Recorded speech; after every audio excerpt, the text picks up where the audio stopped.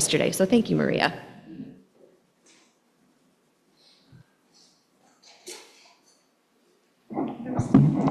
Hi, I'm Mara Pentlarge. This is so much fun, this music stuff. But I'm here to talk about the letter that Rachel Keogh read last week about when is it okay to say which things in this space, and more importantly, how do we keep people feeling close in one of us still, even after people feel like they've been hurt by what somebody has said.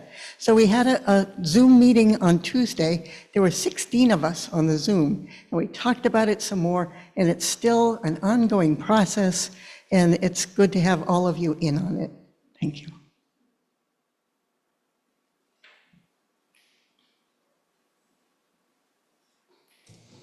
Good morning, I'm Kim.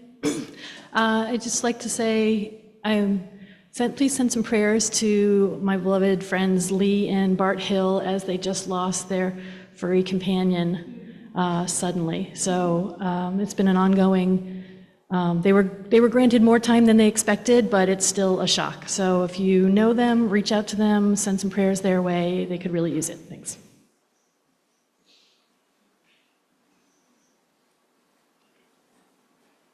Good morning, I'm Lindsay Heffernan, and I have a joy and a sorrow to share. My joy is 2 weeks ago, we were in Washington, D.C., and my spouse is going to hate that I'm doing this, but I'm doing it anyway. I am incredibly proud of Brian. He's been nominated by the White House to become a federal judge, and we were at the Senate Judiciary Committee meeting, and we weren't supposed to talk about it for a long time. And I promise him I will never mention it again. But it has been a really long process. He's not done, and he's still waiting. To have anything in your family life actually be dependent upon Congress doing its job is very weird. And so we are in limbo and waiting. And so send good thoughts his way. And my concern is over the last sorrow, I suppose, but I'm hoping to be more positive than that. Our sister, my brother and I have spent a lot of time with her this week, had a really scary medical incident.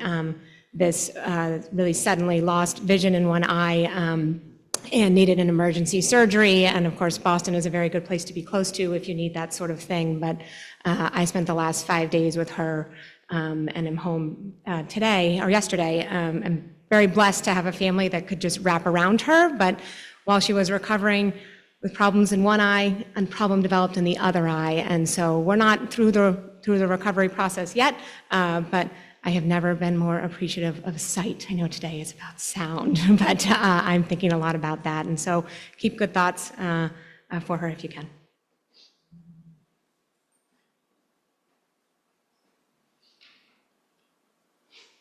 Hi, my name is Laura. I haven't been here in a little bit because I've allowed my depression to kind of just consume me. This month makes 2 years that I've had custody of my grandson, who, forget about it, the joys that I could share with him, and 7 months that my granddaughter has passed. So I basically share my time at work, enjoying the four-legged, and then the two-legged with Spider-Man and loving Play-Doh because I don't have a choice anymore. Today I knew I had to come because Robin told me to bring all the kids here, so I felt like I had to. And just absorbing all the music because throughout my life, that's what I have done. Music heals, makes you cry, makes you do anything you need it to do. And even if you don't know what the music is, it tells you where you're supposed to go. So I'm glad I'm here today.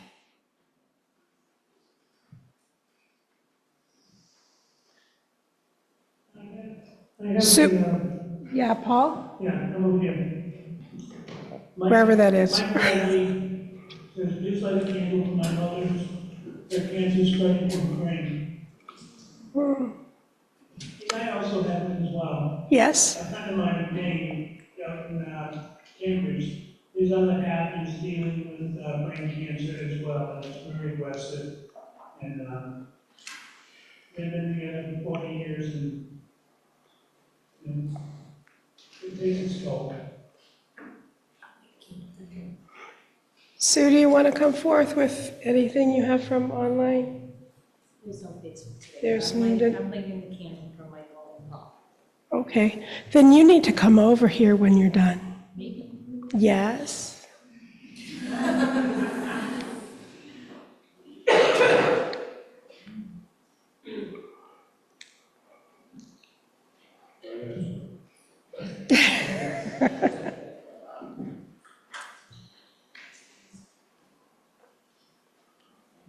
In case you don't know her, this is the lovely and beautiful Sue Nees, who's attending this church today perhaps for the last time, maybe one more time if we're lucky. She will be an online friend, but I have a mixed joy and sorrow today. Sue has been here for a long time, longer than I've been here. She has been a stalwart member of the congregation. As far as I know, she's done the crop walk, and then when she got tired of doing the crop walk, eventually she sidled over and started to do all the online coverage for IHN, which is a big job. And then when she wasn't done with all of that, she decided to be a member of the board. So we're all going to miss her terribly. So that's our sorrow. But our joy is that she gets to go move to the western part of the state and be with her grandkids. And our bigger joy is there's cake for fellowship hour. And somebody should light a candle for Sue.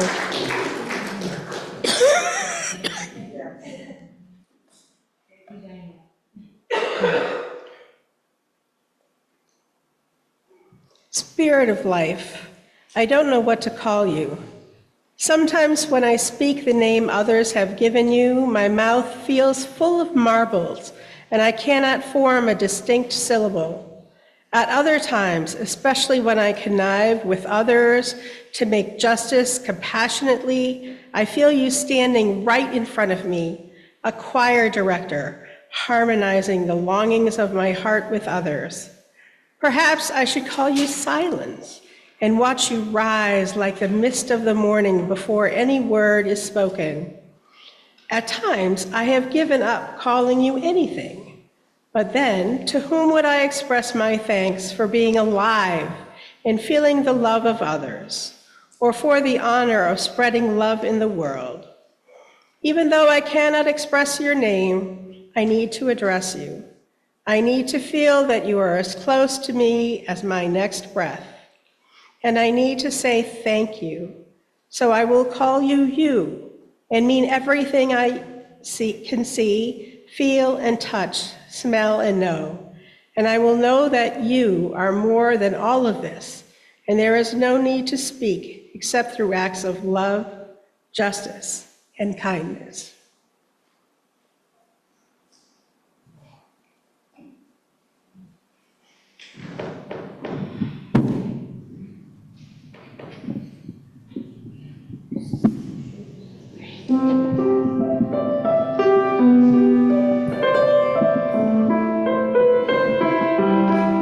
Last Night by Christian Winther.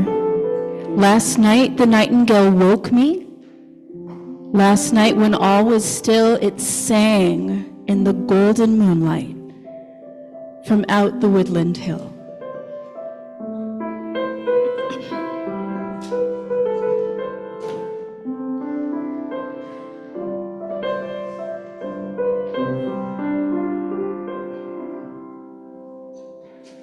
Who will sing for the nightingale when the night is gone, when the daylight comes? Who will sing for the nightingale when she sleeps alone in the sun?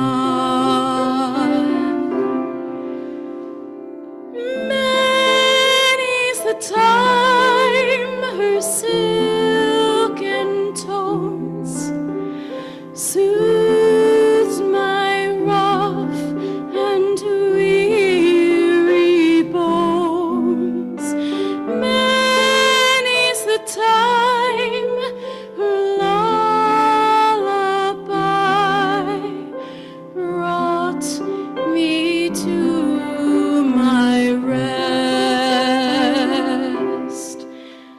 but who will sing for the nightingale? Her own sweet song is silent now.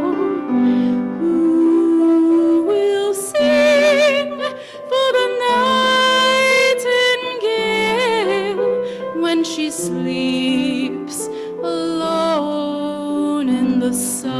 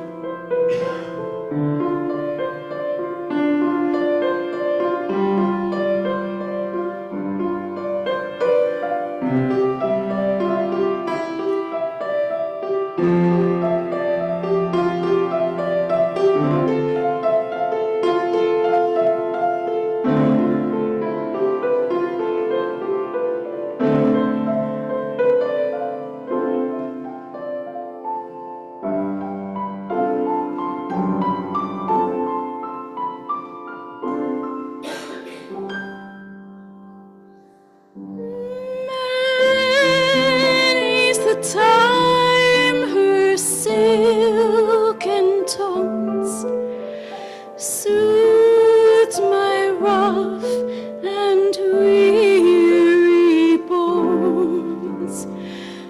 Many's the time her lullaby brought me to my rest.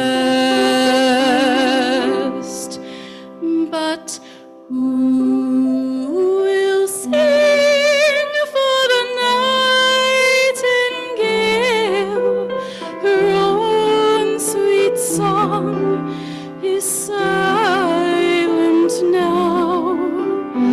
Who will sing for the nightingale when she sleeps alone in the sun?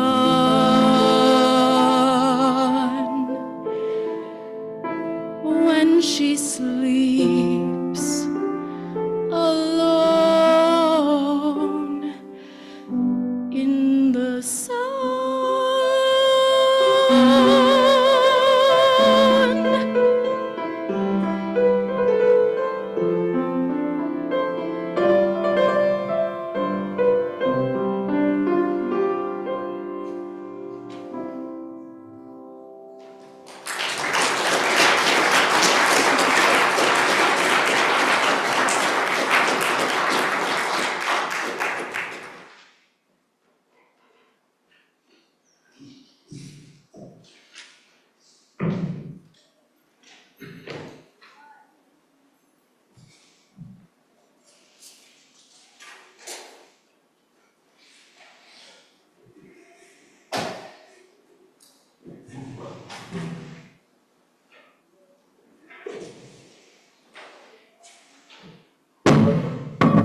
Okay, getting there.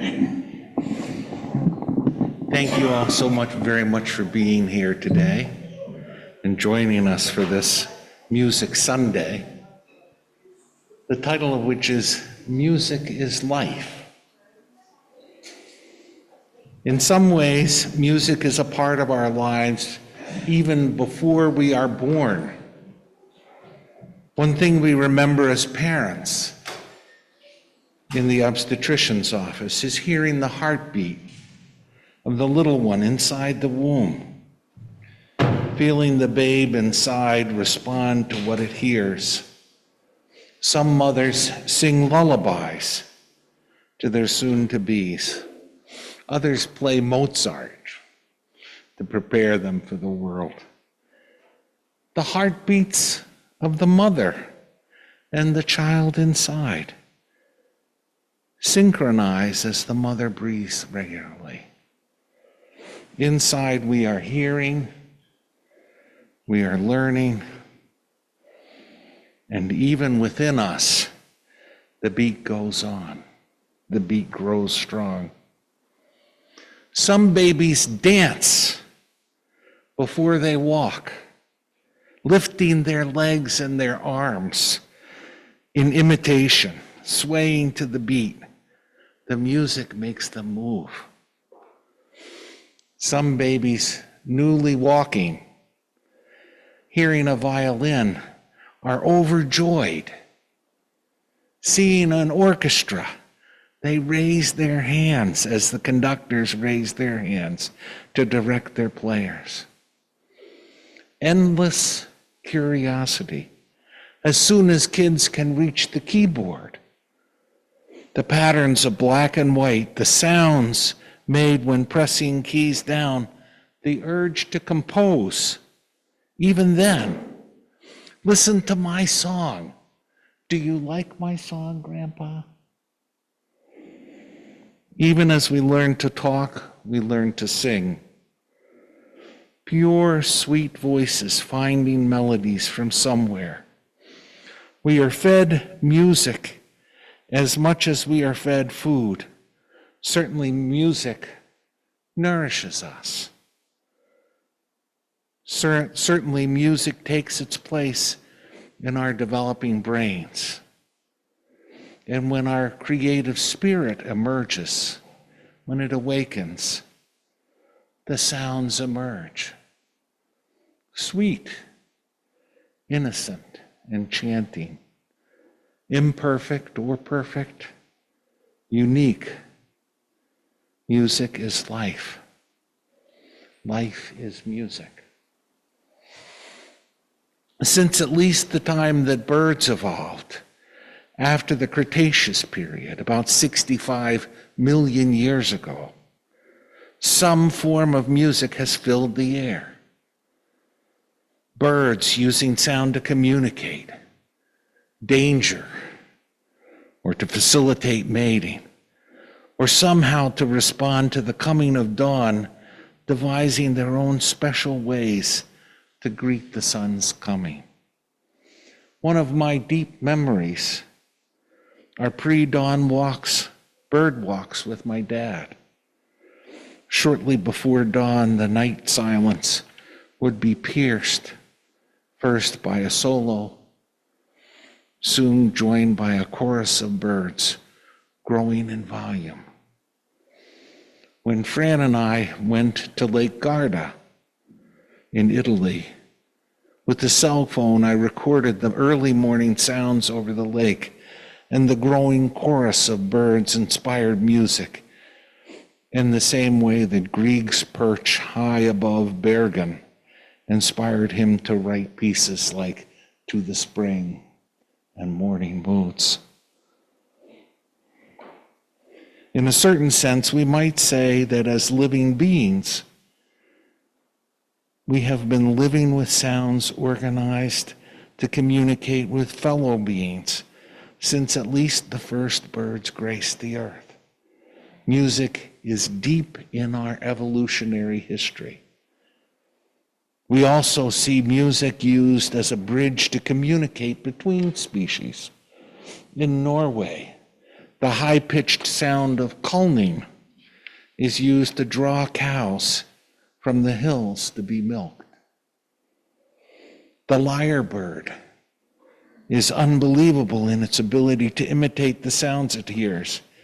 In its mating calls, you may hear all kinds of sounds, from the sound of other bird species to the sound of camera shutters being released to the sounds of car alarms. There's a story of a flute player in the 1930s who had a pet lyrebird. And this bird learned the flute solos that she was practicing. After it escaped its cage, it taught the other lyrebirds in the area the musical phrases it knew. One can almost imagine a century later, this chorus of lyrebirds sounding like a chorus of magic flutes from high above. Even today, these sounds live on. The point of these stories is that for tens of millions of years, music has been a part of life on earth. For human beings, music comes from a place deep within us. If we think of our brain in terms of evolution, the source of music may come from the part of the brain we have in common with birds and lizards, the amygdala. In this sense, too, music is life. There's a third way in which we might think of music as life. Obviously, there's a cerebral quality to music. We look at notes on a score and we play them according to the pitch and the rhythms that are encoded on the page. But learning notes is only the first part of the story. Without shape and contour, music falls flat. It's just notes, it's not alive. Different musicians learn about what it means to truly make music in different ways. For some, it's a teacher who points to the essential patterns of tension and release built into musical structure. The chord patterns of tension and resolution that have become so satisfying to our ears. For others, music seems as simple as breathing. In and out. In and out. Why don't you join me? In and out. In and out. Tension, release. It's the pattern of life. With us every moment of every day. Writ large, we wake and we sleep. We work and we rest. Tension, release. Writ even larger, we breathe in our first breath in birth.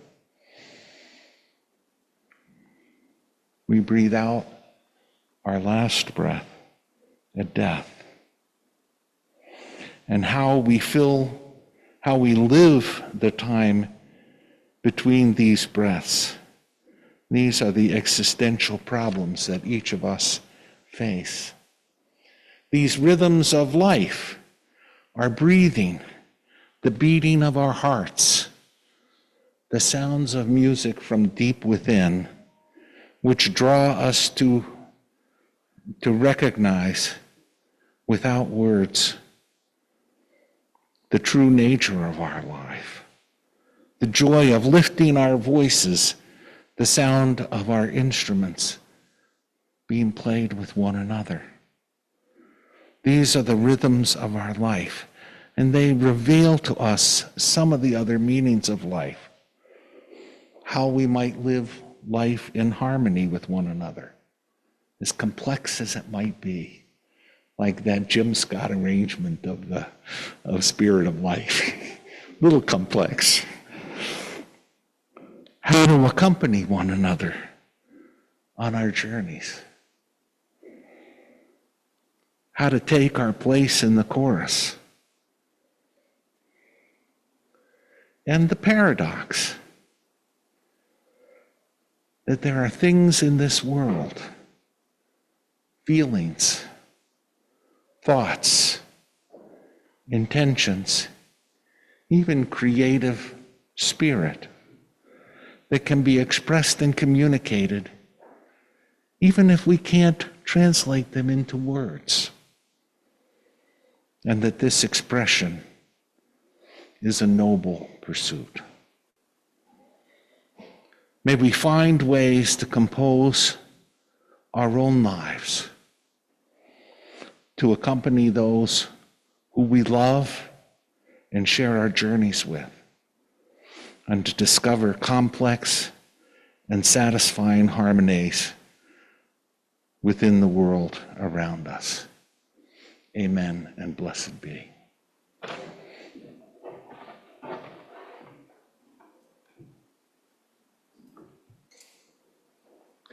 Good morning. Johann Sebastian Bach said, "The aim and final reason of all music is none else but the glory of God and refreshing the soul." We're going to play an Andante movement from one of Bach's violin concertos. On a personal note, when I was 20 years old, I was in a string orchestra. I hadn't yet played for church or for other people, just in little orchestras. And I got a chance to play the piece that we're going to do now. I was a sub. The leader was gone, and I got to sit in. And people said, "Oh, yes." I never revisited it for my own self until now. And so the connection between my life as a musician now ties back to my early experience. And Matthew is more than a mere accompanist. He is the string orchestra underneath, like a solid oak foundation for this beautiful melody that Bach has created.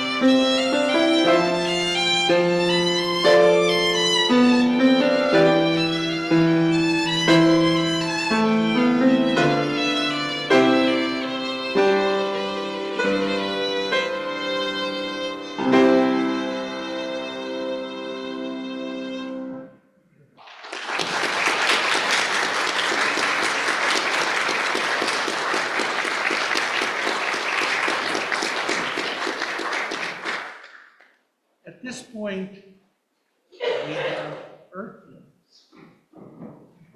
And I'm going to ask you all to be involved in this in a way that you might not quite understand doing it. Give it a second. This is what we're going to do. We're going to sing the first.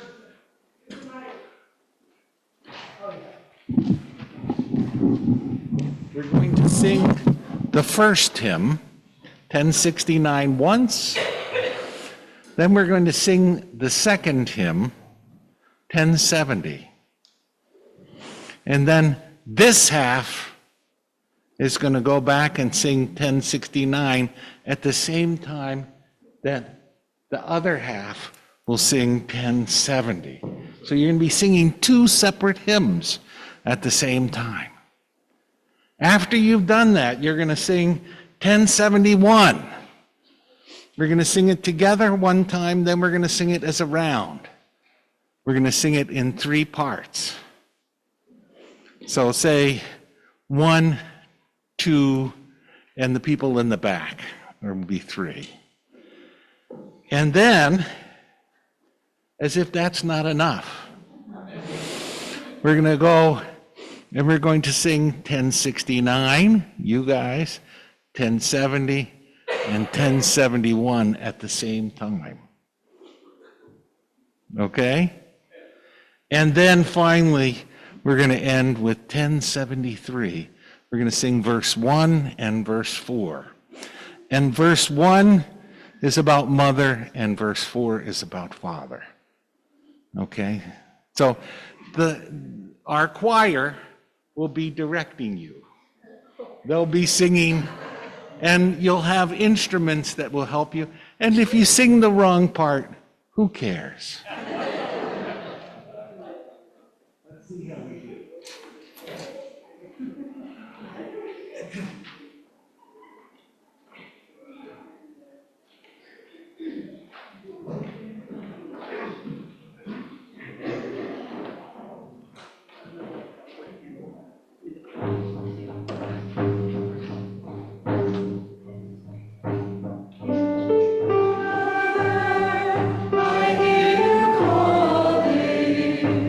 Ancient Mother, I hear your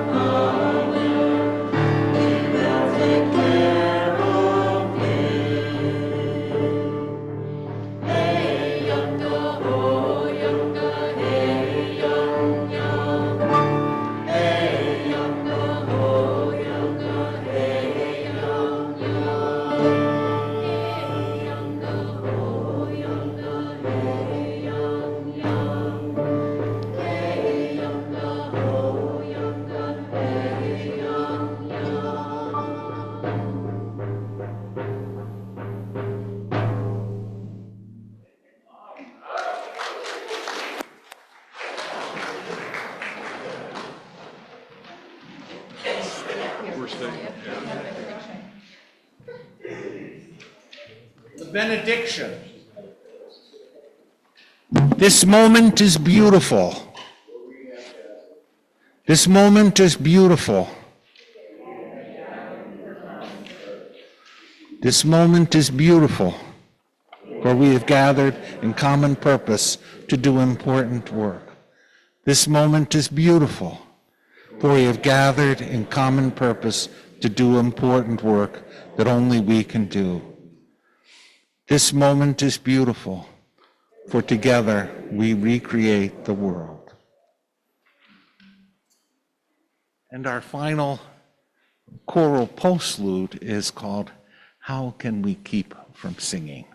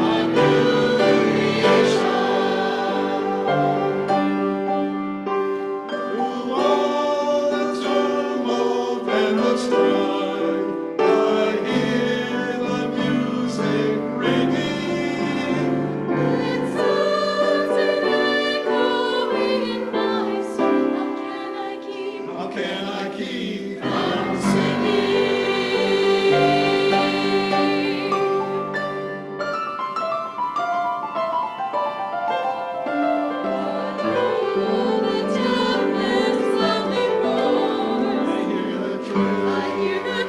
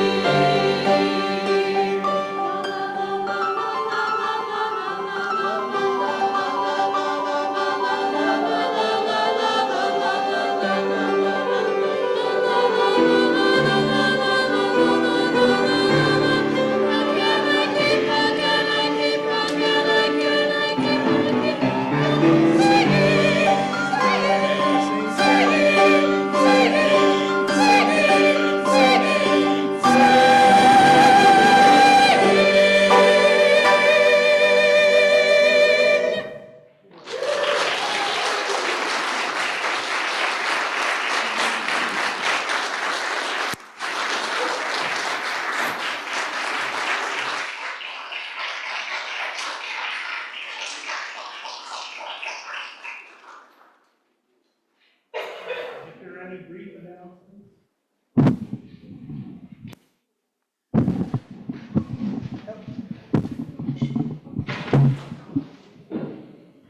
Hi, Kim again. This Friday is the first Friday of the month, so that means it is our game night. So come bring a game, bring a friend. If you want to register in advance, that will let us know how many people, how many chairs we need to have. And it's $5 if you want pizza and drinks. And Ken is your host because I'm running away with the women. Hi, I'm Lynn. We're doing some more letter writing today to get voters out. We're writing again to Arizona this week. In the future, we'll be doing other states. We've been displaced to the far corner, so please look for us. The last time we had 17 people writing, so go UUs.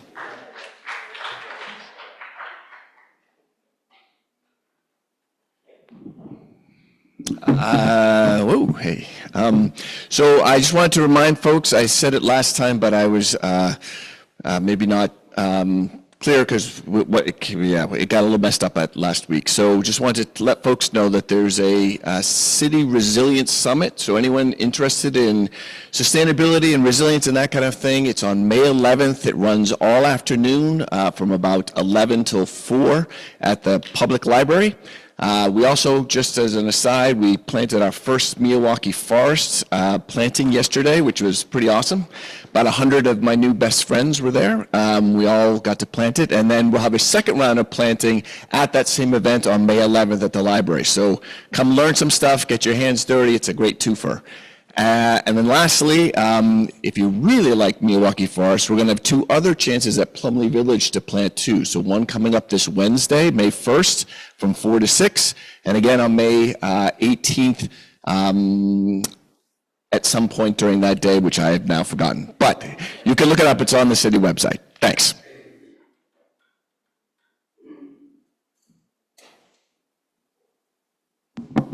Good morning, everyone. I am co-chair of the yard sale this year. The yard sale will be Saturday, June 8th. As always, we need plenty of volunteers. We are making one small change, actually one big change this year, is we will not be having a book room. I know. So we will have some alternate places that you guys can donate your books, okay? Keep your eye out for a little nugget, okay? So one of the joys of my life is I get to be a theater director for shows that happen over here at Bancroft, and I wanted to let you know that on Thursday evening, May 16th, there is a free performance of a show called Space Pirates, which will be put on by some incredibly enthusiastic and really, really pumped fifth graders, including my child, Sammy, who is going to be performing in it. Tickets are free. It's about a 45-minute show. It is definitely family-friendly, so I invite you to come.